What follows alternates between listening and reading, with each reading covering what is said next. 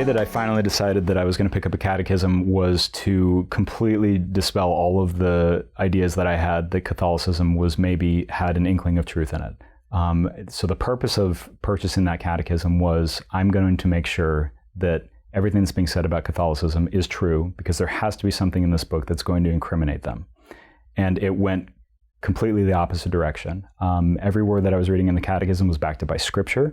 Every word in the catechism was backed up by church fathers that I was well aware of.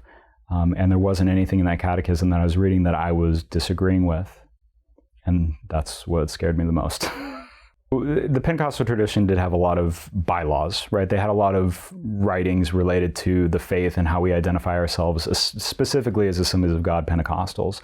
But the scope and breadth of the catechism, where it's dealing with everything from God reaching out to humanity and humanity itself and how we should care for humanity, was something that I wasn't prepared for.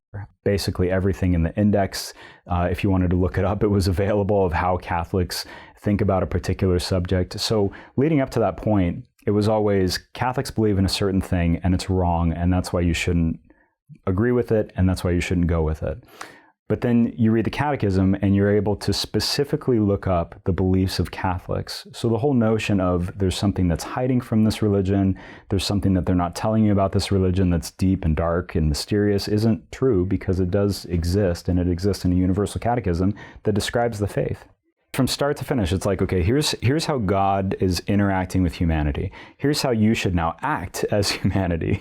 Here's now how you should go out and evangelize humanity to bring them to God. It was profound. If you're intimidated at all by the catechism, and you're intimidated because you're coming from an evangelical background and you think that there's something here that's completely separate from Christianity, just start reading the first few paragraphs of the catechism and you'll realize how in line with Scripture the beliefs of Catholics is.